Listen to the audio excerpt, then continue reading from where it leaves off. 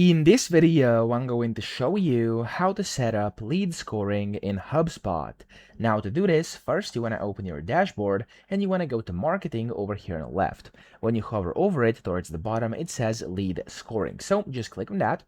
And then from here, it's going to take you to the lead scoring page where you basically have to start from scratch or with AI if you, of course, have the AI functionalities available. So I'm actually going to go and start from scratch here. And then from here, you want to go and select who you'd like to score. So we have contacts, companies, and deals. Those are your three options. I'm actually going to go and use contacts right now. And then from here, you can see you can choose how you'd like to score them. So there's three ways with contacts, there's three ways with companies, and only one way with deals. Okay, so just make sure you know what you're doing and select the one you need. Here you have three of them: contact combined score, contact engagement score, or contact fit score. So I'm actually going to do a combined score like this. So I'm going to click on contact combined score, which should be selected by default already. And then from here, it says how it works. You have to build it, you have to nurture leads or a route to sales, and then you have to iterate and improve. Okay, so I'm going to hit the create button top right.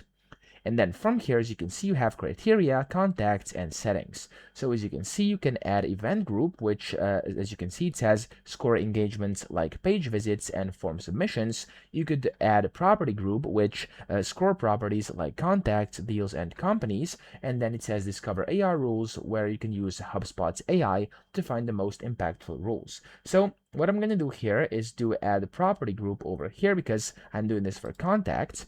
And then from here, you can, of course, create a new scoring group. So as you can see, you can add objects, your property criteria is going to appear here, etc.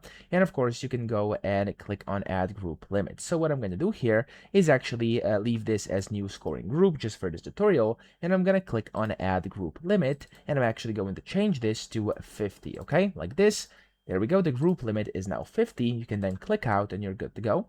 And then from here, you can basically go and click add object to get started. So click on that and you can then go ahead and add a contact, associated company, deal, ticket, or a note. I'm going to do contact.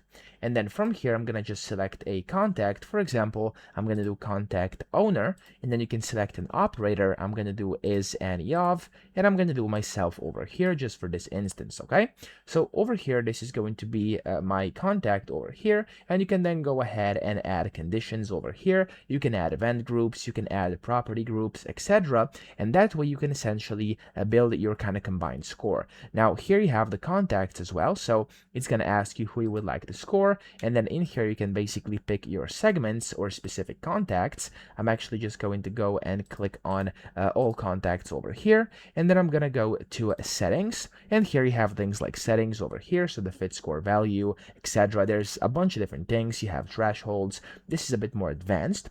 And then when you're, of course, ready to do this, you can just go and click on review and turn on over here. And you can then go and see kind of review everything. So the score properties, the score type, the contact scored, etc. And you can then go and manage them, etc. And you can click on turn on top right. And that's going to set up your lead scoring in HubSpot. So as you can see, it says your score is on, click on OK over here, and then you'll be able to do it from here, okay?